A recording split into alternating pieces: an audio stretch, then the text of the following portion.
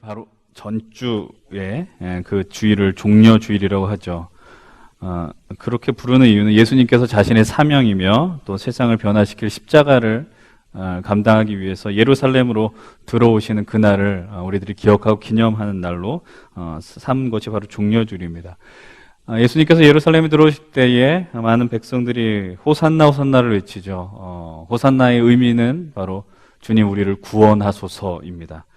그 호산나를 외쳤을 때에 백성들이 종려나무를 가지를 흔들었다라는 성경의 기록에 따라서 우리는 그 이날을 종려주일이라고 부릅니다. 그리고 종려주일을 시작으로 우리는 이제 고난주간을 시작하게 됩니다. 하나 이미지를 보면서 함께 이 고난주간에 대한 이야기를 나누려고 합니다. 네. 없는 걸로 되나요? 예. 여러분 종려주일을 보게 되면은 어떤 것들이 있습니까? 그것은 바로 예수님께서 예루살렘 입성하실 때에 어떤 활동하셨던 내용들이 이 안에 담겨 있습니다. 그래서 예수님께서 바로 십자가에 달리기 직전의 그 상황들, 그것을 우리들이 기억을 하면은 우리가 흔히 말하는 최후의 만찬, 이것을 기억하시겠죠. 그런데 그것이 그 전에 행하셨던 것이 있습니다. 그것은 바로 예수님께서 제자들의 발을 씻겨주셨던 것들이죠. 예수님의 제자들의 발을 씻겨주셨던 것을 우리가 성목요일 또는 세족식 목요일이라고 이야기를 하죠. 그리고 예수님께서 제자들과 함께 식탁 교제를 하시고 우리가 이제 그 새벽 시간을 경험할 때 우리는 그것을 성금요일이라고 부르게 됩니다. 그때 십자가의 고통을 경험하십니다. 종교 재판을 당하시고 빌라도 재판을 통해서 최후로 사형을 선고받게 되시죠. 그리고 예수님께서 토요일 시간에는 어디에 계시겠어요? 바로 무덤에 계셨을 겁니다. 그래서 이제 오늘 우리들이 주님의 날이라고 부르는 주일에 예수님께서는 부활하십니다. 이것이 고난주간에 벌어지는 부활주일까지 과정 속에 우리들이 경험하는 것들입니다. 우리가 이제 고난주간을 맞이하여서 호세아 말씀을 잠시 멈추고 예수님께서 예루살렘에 입성하는 그 본문들을 함께 생각하려고 합니다. 우리가 복음서를 읽을 때 일기 있게 보지 않으면 놓치는 것들이 있습니다. 그것은 바로 예수님께서 예루살렘에 오셔서 십자가, 부활의 사건에 이르기까지 우리의 시선으로 볼 때는 고작 일주일의 시간입니다. 고작 일주일의 시간인데 그 시간들이 이 사복음서, 마태마가, 누가, 요한복음에는 적을 때는 한 35% 정도에서 거의 절반, 45%까지의 분량이 이 일주일의 시간을 담고 있다라는 사실이죠. 예전에 모세오경에 대해서도 이야기했을 때 이런 비슷한 얘기를 했던 것 같습니다. 시간의 흐름과 성경의 분량이 비례하지 않는다라는 거죠. 4명의 복음서 저자들에게 그리고 초대교회 그 기독교 공동체에게 그리고 오늘을 살아가는 우리들에게 예수 그리스도의 이 마지막 일주일의 시간은 상당한 큰 의미가 있고 인류의 역사를 바꾸는 엄청난 의미의 시간이다라는 것을 우리는 발견하게 됩니다. 우리가 이런 상황들을 만날 때마다 느끼는 것, 그것은 무엇입니까? 우리가 어떻게 오래 살 수 있느냐, 이게 다는 아닌 것 같죠. 어떻게 오래 살 수 있을까? 어떻게 많은 것들을 소유할 수 있을까? 이것이 우리 삶의 본질 초점이 아니라 우리 삶에 어떻게 하면은 이런 생명의 삶을 살 수 있을까? 의미 있는 삶을 살아갈 수 있을까? 이것이 더 중요하다라는 것을 이런 것들을 통해서 깨달을 수 있는 것 같습니다. 우리가 먼저 본문 말씀을 함께 읽었으면 좋겠습니다. 12절 말씀입니다. 12절 말씀입니다. 함께 읽겠습니다. 시작. 그 이튿날에는 명절에 온 큰 무리가 예수께서 예루살렘으로 오신다는 것을 듣고 지금 예수님께서 명절에 예루살렘에 오신다라고 이야기를 합니다. 이 명절이 어떤 명절일까요? 우리가 본문 12장 1절을 보면은 뭐라고 이야기를 해요? 6월설 엿새 전이라고 이야기합니다. 명절이라는 것이 하루 딱 지키는 것이 아니라 그들은 일주일 동안 이 절기를 지키게 되죠. 무교절이라고도 이야기를 합니다. 우리가 이 본문을 통해서 6월절이라는 금방 발견하게 되는데요. 이스라엘의 성인 남성들은 1년에 3차례씩 예루살렘에 올라가야 했습니다. 우리가 신명기 16장 16절 17절의 말씀을 먼저 함께 읽어보면 좋겠습니다. 함께 화면에 나오는 말씀 같이 읽겠습니다. 시작.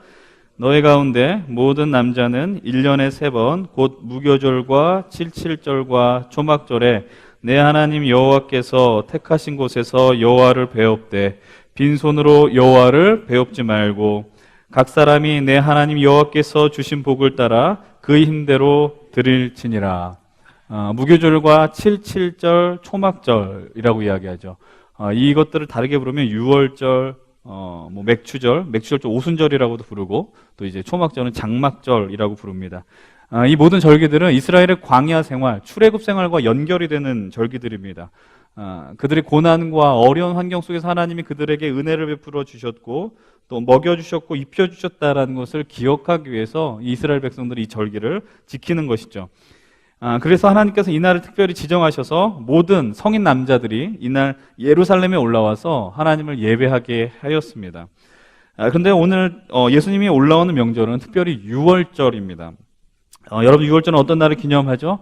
바로 이스라엘이 애굽에서 떠나는 날, 출애굽하기 직전의 상황, 10가지 재앙 중에 마지막 재앙을 여러분들 기억하실 겁니다. 모든 처음 난 것들 중에 첫째, 장자가 죽는 사건 속에서 하나님께서 이스라엘에게 특별하게 말씀을 주셨습니다. 그것이 어떤 장면인가요? 출애굽기 12장 6절 7절의 말씀을 먼저 함께 봅니다. 함께 읽겠습니다. 6절 7절의 말씀입니다. 시작.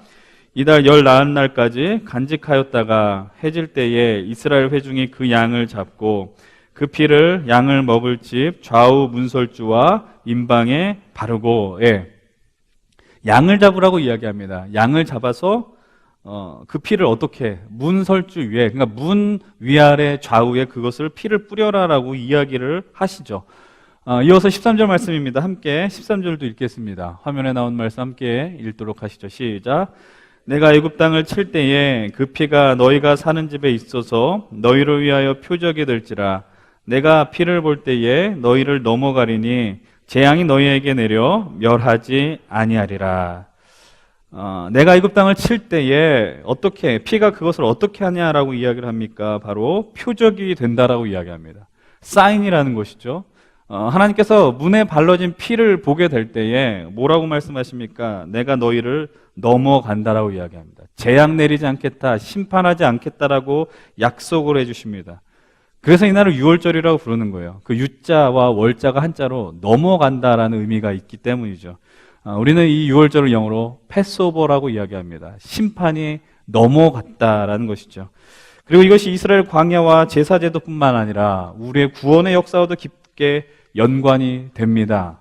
우리가 예수님을 향하여서 어린 양이라고 부릅니다. 근데 어떤 어린 양이라고 부릅니까? 유월절 어린 양이라고 부르는 거예요.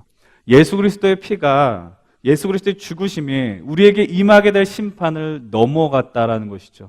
그 심판이 사라진 것이 아니라 그 심판은 넘어갔고 누군가 대신 그 심판을 경험했다라는 겁니다. 그래서 예수님께서 이 명절을 택하신 것이죠. 유월절을 택하셔서 예루살렘으로 올라가시는 겁니다. 근데 이 예루살렘에 들어오는 모습을 한번 우리가 상상하며 보면 좋겠습니다. 어떻죠? 마태복음에서는요, 예루살렘에 예수님이 들어오는 장면을 보고 큰 소동이 벌어졌다라고도 이야기를 합니다. 이런 아까 우리가 말씀 나눈 것처럼 명절이 되면 이스라엘의 남자들은 모두 예루살렘에 모인다라고 이야기하지 않습니까? 지금 예루살렘에는 예루살렘 원래 살았던 거주민들뿐만 아니라 유대 땅 전역에 걸쳐서 흩어져 있었던 유대인들이 다 예루살렘에 모여 있다는 걸 기억해야 됩니다. 그러니까 평상시 인구보다 더 많은 사람들이 예루살렘에 있다라는 사실이죠. 그리고 그들이 이렇게 외치는 것입니다. 오늘 본문 13절의 말씀을 함께 봅니다. 13절입니다. 시작. 종려나무 가지를 가지고 맞으러 나가 외치되 호산나 찬송하리로다. 주의 이름으로 오시느니 곧 이스라엘의 왕이시여 하더라. 그곳에 모여있는 자들이 예수님을 향해서 이렇게 외칩니다. 호산나 찬송하리로다. 주의 이름으로 오시느니요 곧 이스라엘의 왕이시여. 예수님을 향해서 이스라엘의 왕이라고 외치죠. 지금 이 행렬은 유대인들에게서는 어떤 행렬로 이해되느냐, 바로 왕의 행차로 이해될 수 있습니다. 지금 현재 이스라엘은 어떤 상황이 있습니까? 로마의 지배 아래 있습니다. 그들에게 주권이 상실된 지는 상당한 시간이 지났습니다. 그런데 여전히 그들은 이 현실 속에 왕을 기다리고 있어요. 구원할 왕을 기다리는 것이죠. 근데 그들을 기다렸던 그 왕이 정말로 온 것 같습니다. 그분이 누구냐? 바로 예수님이라는 거예요. 그래서 예수님을 향해서 그들이 외칩니다. 호산나 호산나. 아까 제가 말씀드린 것처럼 호산나의 의미가 뭐라 그랬습니까? 주님 구원하소서. 우리를 구원하소서라고 외치는 거예요. 이 말씀은 시편 118편에 등장하는 말씀이에요. 사실 다윗의 고백입니다. 이스라엘 사람들이 예수님을 우리들을 구원할 왕으로 그들은 이해하고 호산나 호산나 우리를 구원해달라고 외치는 것입니다. 여러분, 예수님을 그들이 왕으로 이해할 수밖에 없는 몇 가지 근거들이 있습니다. 그것이 무엇이냐? 오늘 요한복음과 동일한 내용이 담긴 본문, 우리는 그것을 병행 본문이라고 표현합니다. 마태복음에서는 이 구절을 어떻게 표현하고 있는지 함께 보기 원합니다. 마태복음 21장 9절 말씀을 함께 보겠습니다. 함께 보겠습니다. 시작. 앞에서 가고 뒤에서 따르는 무리가 소리 높여 이르되 호산나 다윗의 자손이여 찬송하리로다. 주의 이름으로 오시는 이여 가장 높은 곳에서는 호산나 하더라. 호산나 호산나. 그리고 그 다음에 나오는 호칭이 무엇입니까? 다윗의 자손이여라는 거예요. 예수님께서 유다 지파의 후손으로, 그리고 다윗 왕의 후손으로 이 땅에 오셨습니다. 유대인들에게 있어서 다윗은 가장 위대한 왕이었습니다. 그리고 구약에서도 메시아가 올 때 어디에서 나오느냐? 바로 유다 지파 다윗의 후손에게 나온다라는 것을 이미 그들은 기본적으로 다 알고 있었다라는 거예요. 근데 그런 분이 누구냐 하면 바로 예수님이라는 거죠. 근데 예수님께서 본격적인 사역을 펼치셨습니다. 그리고 행하셨던 사역이 무엇이냐? 하나님 나라입니다. 하나님 나라를 선포하는 거예요. 회개하라, 천국이 가까이 왔다. 너희가 복음을 믿고 회개해야 된다라고 외치시는 거예요. 그러나 여러분, 이 선포 사역 속에서 예수님이 같이 감당했던 사역이 있습니다. 그것은 바로 병든 자를 고치고 가난한 자들을 일으켜 주시며 또 줄인 자들, 없는 자들을 회복시켜주는 사역들을 하셨습니다. 예수님의 그 사역의 출발점은 아주 극빈한 자들이 살고 있는 저 시골 유대 북쪽에서부터 시작됐다라는 것입니다. 가버나움과 갈릴리 지방에 아주 작은 시골 마을에서부터 시작됐는데 예수님의 활동들이 점점 많아지고 예수님의 영향력이 커지면서 예수님에 대한 소문이 한 지역에만 머무르는 게 아니에요. 예수님의 소문이 이제 유대 전역에 더 펼쳐지게 되더라라는 겁니다. 예수님의 명성이 자자해지는 것이고 그것을 통해 사람들의 입소문에 예수님의 이름이 오르락내리락 하는 거예요. 여러분, 근데 예수님의 그 소문이, 예수님의 명성이, 그리고 사람들의 마음을 가장 강력하게 움직였던 사건이 있습니다. 그것이 어떤 사건이냐? 우리가 흔히 그것을 오병이어 사건이라고 부르죠. 떡 5개와 물고기 2마리로 5,000명의 사람, 남자 5,000명이라고 했으니까 그 무리는 거의 15,000에서 2만 명의 무리가 됐었을 것입니다. 그들을 먹였던 것을 우리는 기억할 겁니다. 그것이 사복음서에 다 기록이 되어 있어요. 근데 여러분, 사도 요한 이 사건 이후에 벌어졌던 상황을 이렇게 이야기를 합니다. 요한복음 6장 14절과 15절 말씀을 함께 보겠습니다. 함께 14, 15절 읽겠습니다. 시작. 그 사람들이 예수께서 행하신 이 표적을 보고 말하되 이는 참으로 세상에 오실 그 선지자라 하더라. 그러므로 예수께서 그들이 와서 자기를 억지로 붙들어 임금으로 삼으려는 줄 아시고 다시 혼자 산으로 떠나 가시니라. 여러분, 이 구절을 이해하기 쉽게 표현하면 어떻게 표현할 수 있냐면 이런 거죠. 예수님께서 사람들의 마음을 사로잡은 겁니다. 예수님이 스타가 된 거예요. 최고 인기 스타가 된 거예요. 사람들의 먹을 것을 해결해 주시지 않았습니까? 그래서 사람들이 예수님을 향해 사람들이 몰려오고요. 근데 그것을 뭐라고 표현해요? 예수님을 억지로 붙들어서 어떤 것이 되게 하겠다? 임금 되게 하겠다. 왕 되게 하겠다라는 것이죠. 사람들 자신들의 현실이 참 답답했던 것 같아요. 로마의 압제에 의해서 정말 그토록 해방을 원했지만 해결되지 않았고요. 또 너무나도 배고팠어요. 그 문제를 해결해 줄 수 있는 메시아가 바로 이분이구나, 예수님이구나라는 것을 그들은 그런 믿음을 갖게 되었다라는 거예요. 이제 그들은 믿음을 갖게 됩니다. 그래서 그 예수님 억지로 붙잡으려고 해요. 근데 여러분, 이 예수님의 행동이 어떻습니까? 만약 이들의 모습들이 예수님 마음에 흡족하였더라면, 예수님이 원하는 모습이었더라면 못 이긴 척하고 그들을 따라가셨으면 됩니다. 근데 이 말씀에서 뭐라고 이야기를 해요? 예수님께서 그 자리를 피했다라고 이야기해요. 혼자 산으로 가셨다라고 이야기를 해요. 여러분, 왜 예수님이 피하셨겠어요? 사람들이 원하는 그 왕의 모습이 예수님의 그 사명이 아니었다라는 거죠. 근데 여러분, 여기서 끝이 아닙니다. 예수님께서 사람들의 마음을 또 강력하게 붙들었던 사건이 또 등장을 합니다. 그것은 바로 오늘 우리가 선택했었던 본문 바로 앞에 나오는 요한복음 11장의 상황입니다. 예수님을 그토록 사랑했고 같이 동역했었던 마르다와 마리아의 오빠 나사로가 병들어 죽었습니다. 근데 그 죽은 나사로 예수님이 어떻게 하신 거예요? 다시 살게 하셨다는 거예요. 회복시켜 주신 것이죠. 이런 것은 5,000명을 먹인 사건보다 더 강력하지 않습니까? 죽었던 사람들이, 죽었던 이가 다시 살아난 것이에요. 이 사건들을 바라보는 사람들이 흥분하기 시작합니다. 광분하기 시작하는 거예요. 모두가 죽어서 장례식장에 있어요. 같이 슬퍼하고 있어요. 울고 있어요. 근데 거기에서 천을 칭칭 감았던 사람이 걸어 나오는 거죠. 얼마나 기절할 노릇이겠습니까? 이 놀라운 이적의 증표가 눈앞에 보이니 사람들이 열광을 안 할 수가 없는 겁니다. 근데 예수님의 이런 모습을 다 좋아했었던 건 아니에요. 탐탁지 않게 여겼던 사람들이 있습니다. 그것은 누구입니까? 바로 유대교 지도자들입니다. 예수님을 경계하기 시작하는 거예요. 그리고 로마의 명을 따라 그들을 지배했었던 로마의 지도자들도 마찬가지입니다. 이때부터 이제 움직임이 시작이 됩니다. 어떤 움직임이 시작이 됩니까? 요한복음 11장 53절을 함께 좀 보면 좋겠습니다. 요한복음 11장 53절 앞에 있는 말씀이죠. 바로 읽겠습니다. 시작. 이날부터는 그들이 예수를 죽이려고 모의하니라. 여러분, 예수님을 죽이려고 이제 모의하는 거예요. 여러분, 예수님을 죽이려고 모든 자들이 혈안이 되었다라는 겁니다. 여러분, 오늘 본문 10절도 한번 보십시오. 10절의 말씀도 함께 좀 보기 원합니다. 12장 10절입니다. 시작. 대제사장들이 나사로까지 죽이려고 모의하니. 여러분, 예수님을 향한 위협, 죽음의 그 위기 속에서 이제는 그것에만 그치지 않고 나사로까지도 경계의 대상이 됩니다. 왜냐하면은 나사로는 증거물이잖아요. 예수 그리스도께서 그리스도가 되는 것, 구원자가 되는 명확한 증거가 나사로가 아닙니까? 그러니까 나사로도 함께 죽이려고 하는 거예요. 근데 여러분, 지금 현실은 어때요? 모든 사람들이 예수님 앞에 집중하고 있어요. 예수님 앞에 열광하고 있어요. 그래서 그들이 자세를 낮추는 거예요. 어떻게 낮추는가? 오늘 본문 19절의 말씀 함께 보겠습니다. 12장 19절이에요. 시작. 바리새인들이 서로 말하되 볼지어다 너희 하는 일이 쓸데없다. 보라 온 세상이 그를 따른도다 하니라. 이 말의 의미가 뭐냐? 바리새인들이 예수님을 죽이려고 모의해요. 예수님을 위협에 빠뜨리려고 우리가 연구하고 있는 거죠. 근데 현실은 어때요? 예수님을 잘못 건드렸다간 자신이 더 위기에 빠질 수 있다라는 거예요.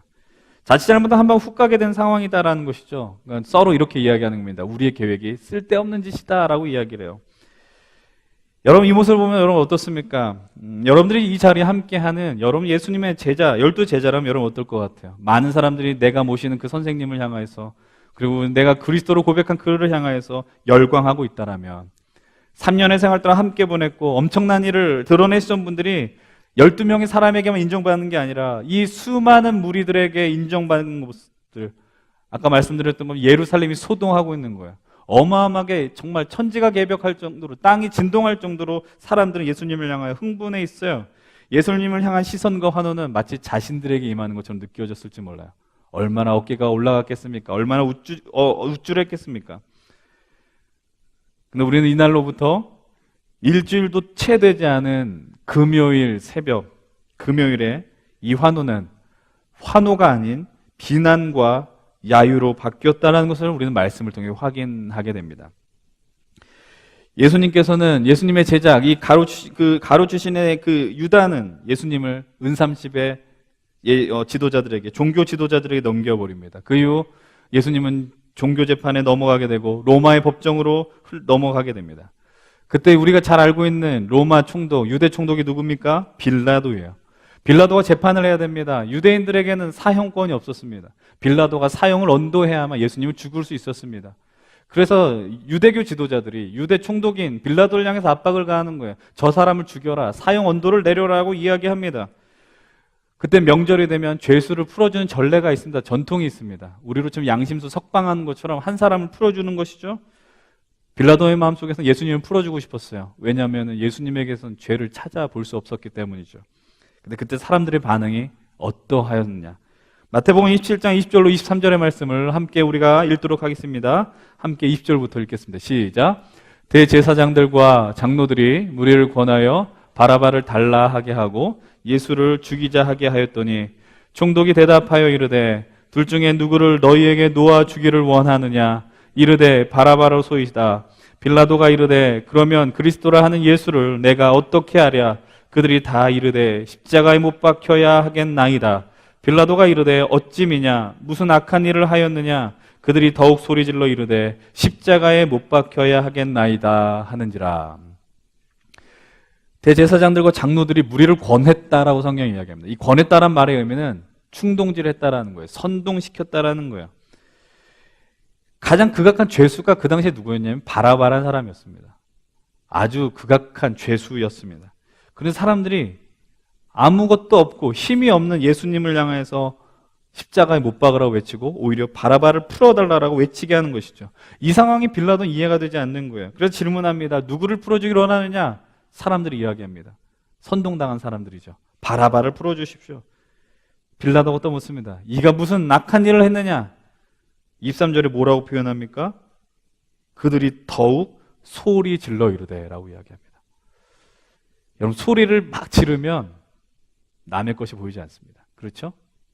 어떤 이야기를 해도 받아들여지지 않는다라는 거예요. 군중들에겐 빌라도의 이야기는 더 이상 자기들을 들을 만한 가치가 있는 소리가 아닙니다. 저 사람에겐 죄가 없다, 사형에 해당한 죄가 없다. 그 말 대신 사람들은 이렇게 외칩니다. 예수를 십자가에 못 박으라. 그 소리 외엔 그들의 생각을 지배하는 것이 없어요. 여러분, 지금 여기서 그들이 더욱 소리 질렀다라고 이야기하죠. 이것 역시 무엇을 이야기할 수 있어요? 함성입니다. 외침입니다. 여러분, 예수님께서 예루살렘에 들어오셨을 때 사람들은 예수님을 향해서 어마어마한 큰 소리로 소리를 질렀습니다. 호산나 호산나, 이스라엘의 왕으로 오시는 이여라고 외쳤어요. 근데 오늘 또 마태복음에서 발견한 이 외침 역시 큰 함성입니다. 예수를 십자가에 못 박으라. 여러분, 어떻게 우리가 이것을 바라볼 수 있겠습니까? 근데 우리가 생각할 수 있는 게 있죠. 유추할 수 있는 것이 있습니다. 예루살렘에 들어왔을 때 소리 질렀던 사람들이랑 이 재판정 앞에서 소리 질렀던 사람들은 다른 사람일 수 있겠구나, 이렇게 상상할 수 있지 않겠습니까? 여러분들, 그것이 사실입니까? 그것이 진실입니까? 그렇지 않습니다. 지금 예루살렘에서는 유월절을 지키기 위해 수많은 사람들이 왔다라고 이야기를 했어요. 그들은 예수님이 예루살렘에 들어왔던 것도 지켜본 사람이고, 또 예수님이 빌라도 재판에 올라와 있는 상황도 본 사람들입니다. 그렇다면 우리가 질문을 던져야 됩니다. 이 똑같은 사람들이 어떻게 동일한 사람과 환경 앞에서 다른 소리를 지를 수 있다라는 것이죠. 간단합니다. 그들은 예수님이 어떤 분인지 제대로 보지 않았기 때문입니다. 그 말의 의미가 뭘까요? 예수님의 명성이 유대 전역에 퍼졌다라고 이야기했습니다. 아주 작은 시골 마을 갈릴리에서부터 이 대도시인 예루살렘까지 예수님의 이름이 퍼져 있다, 유명했다고 이야기했습니다. 그래서 여러분, 그 소문을 들으면서 사람들이 집중했던 게 무엇인지 아십니까? 오늘 본문 12장 9절로부터 11절의 말씀을 함께 읽어보겠습니다. 오늘 본문 12장 9절로부터 11절의 말씀 함께 봅니다. 시작. 유대인의 큰 무리가 예수께서 여기 계신 줄을 알고 오니 이는 예수만 보기 위함이 아니요 죽은 자 가운데서 살리신 나사로도 보려 함이로라. 대제사장들이 나사로까지 죽이려고 모의하니 나사로 때문에 많은 유대인이 가서 예수를 믿음이로라. 지금 사람들이 많이 모였다라고 이야기를 해요. 근데 많이 모인 이유가 뭐라고 이야기합니까? 오늘 본문 아주 분명하게 이야기해 줍니다. 예수 그리스도의 그리스도 되심, 하나님의 아들 되심을 보기 위해서, 하나님 나라 선포를 듣기 위해서 운집한 게 아니라 뭐라고 이야기해요? 죽었다가 살아난 나사로를 보기 위해 모였다라고 이야기합니다. 그 나사로를 살리니까 누굽니까? 바로 예수님이시죠. 여러분, 그 사람이 예수예요. 그 사람 어떤 분입니까? 배고파했던 군중 2만 명을 먹였던 사람이에요. 사람들이 그를 억지로 왕으로 모시려고 했었던 사람들이에요. 그것에 몰려들었던 사람들이 원했던 게 뭐예요? 예수께서 선포하셨던 하나님의 나라입니까? 복음입니까? 십자가 구원 사건입니까? 진리입니까? 생명입니까? 아닙니다. 자신들의 필요를 채워줄, 자신들의 결핍을, 욕망, 그 현실을 채워줄, 마치 예수 그리스도를 볼 때마다, 예수님을 볼 때마다 어떤 요술 지팡이를 들고 있는 능력자로 그를 바라보았다라는 거예요. 그들이 집중한 것은 생명의 떡이신 예수님이 아니었습니다. 배고픔, 당장의 현실을 해결해 준 예수님이었습니다. 그들이 바랬었던 것은 부활이 되시며 생명이 되신 예수님이 아니었습니다. 그저 죽은 자를 일으켜준, 기적을 베풀어준 그 모습이 그들의 마음을 움직였을 뿐입니다. 그리고 그곳에서 그들은 소리 지릅니다. 호산나 호산나, 우리를 구원하소서가 아닙니다. 우리의 욕망을 채워줄, 우리를 로마의 압제에서 구원해줄 왕이시여라고 이야기합니다. 근데 예루살렘 입성한 이후에 경험한 예수님의 모습은 그들이 원했던 모습이 아닙니다. 예수님을 죽이려고 했던 바리새인들과 대제사장들의 이 거짓 선동에, 그래서 그들은 쉽게 현혹됩니다. 그가 동일한 사람이지 어떤 일을 했는지는 더 이상 의미가 없습니다. 그리고 이렇게 외칩니다. 예수를 십자가에 못 박으라. 예수를 당장 사형시켜라 라고 외칩니다. 오늘 우리가 이 본 말씀, 예수님의 예루살렘 입성은 정말로 화려했습니다. 그렇지만 여러분, 예루살렘으로 가는 길은 화려한 길이 아닙니다. 복음서의 모든 내용들을 읽어요. 예수님께서 갈릴리에서 사역을 시작하시고 예루살렘으로 향하여 나가는 모습들을 기르는데, 예루살렘으로 간다라는 말의 의미는 십자가가 점점 가까이 온다는 말의 의미이며 죽음이 점점 가까이 온다는 것을 의미하는 겁니다. 여러분들 그 길을 왜 가야 됩니까? 여러분들이 죽으러 간다라고 생각해 보십시오. 여러분이 오늘 이 문을 나서서 이 어떤 건널목을 건너든지 어떤 길을 갈 때 그것은 죽음의 길이다. 여러분 그 길을 피하셔야 합니다. 그런데 예수님은 그 길을 피하지 않습니다. 왜냐하면 그 길을 걸어가야만 하나님과 우리의 관계가 회복이 되기 때문입니다. 우리가 죄로 인하여 심판받아 마땅한 인생들인데 예수 그리스도의 그 길로 인하여, 예루살렘 길로 인하여 우리는 생명의 부활로 나갈 수 있는 길이 새롭게 열리기 때문입니다. 영원한 생명을 누리고 인간의 죄악을 경험하게 되는 죽음의 문제를 뚫고 우리들이 오늘 이 생명을 경험하는 것은 예수의 십자가 외에는 없다라는 겁니다. 예수의 죽으심 위에는 유일한 대안이 없다라는 것이죠. 오늘 우리가 이 놀라운 하나님의 구원 역사와 방법을 믿기 때문에, 하나님의 그 역사를 믿기 때문에 이 예배의 자리에 있을 수 있는 겁니다. 매년 반복되는 메시지일지라도 그분의 십자가를 바라보면서 오늘 우리는 이곳에 있을 수 있는 거야. 근데 오늘 그 사실을 우리는 믿지 않습니까? 근데 그 사실을 망각하고 이 자리에 있을 수 있어요. 오늘 말씀의 제목과 같이 여러분들 이 자리에 왜 나와 계십니까? 여러분 도대체 무엇을 보기 위해서 이 자리에 나와 계십니까? 하나님의 사랑, 하나님의 구원, 우리를 포기할 수 없는 그분의 사랑이 오늘 우리를 있게 했지만 그 사랑이라는 건 역시 우리는 이렇게 생각합니다. 나의 먹을 것을 해결해 주시는 하나님, 나의 인생의 불안을 해결해 주시는 하나님, 나의 결핍으로 인한 그 고통에서 건져주신 하나님, 그 이유 하나만으로 우리가 이 자리에 있지 않습니까? 여러분, 말 그대로 보여지는 그 기적의 열광에서 예루살렘의 군중처럼 여러분들 이 예배 자리에 있지 않습니까? 제가 가끔씩 설교 때마다 제기하는 질문을 기억하십니까? 왜 예수를 믿느냐라는 거예요. 왜 예수님을 바라보느냐라는 거예요. 우리가 왜 하나님을 믿고 이 자리에 예배하는 이유가 뭐냐라는 거예요. 우리 어떤 가치 판단과 생각과 능력이 아니라 하나님의 유일한 일방적인 은혜, 선택이 아니고서는 오늘 우리가 이 자리에 있을 수 없다는 걸 우리는 이미 다 알고 있습니다. 그러나 우리는 이곳에서 경험할 수 있는 것을 우리의 강렬한 어떤 원함, 우리의 결핍의 채움, 하나님이 수단이 되지 않습니까? 그것 때문에 이곳에 나와서 예배하고 있지 않습니까? 우리가 결정적으로 하나님을 갈망하고 바라보는 때가 언제일까요? 오늘 말씀을 볼 때 본문 속에서 두려운 것이 무엇인지 아십니까? 두렵게 다가오는 내용이 뭔지 아십니까?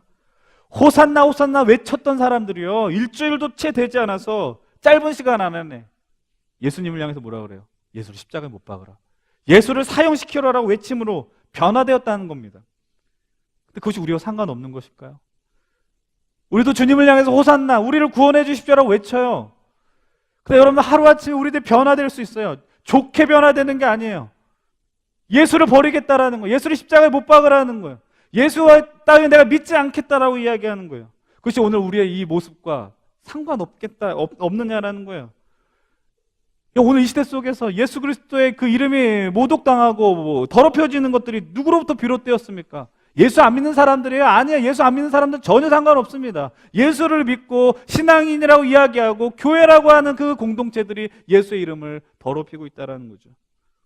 오늘 이 본문의 그림은 오늘도 이 시대 속에서 여전히 현재 진행형으로 진행되고 있어요.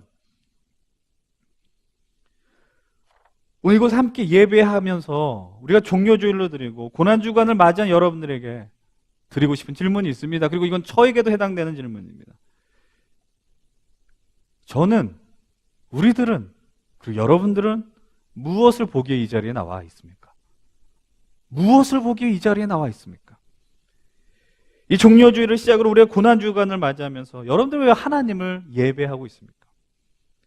여러분 정말 진실로 예수 그리스도를 구원자로 영접하고 고백하십니까? 그 질문 앞에서 이번 한 주간 여러분 진지하게 고민하시고 생각하시기 바랍니다.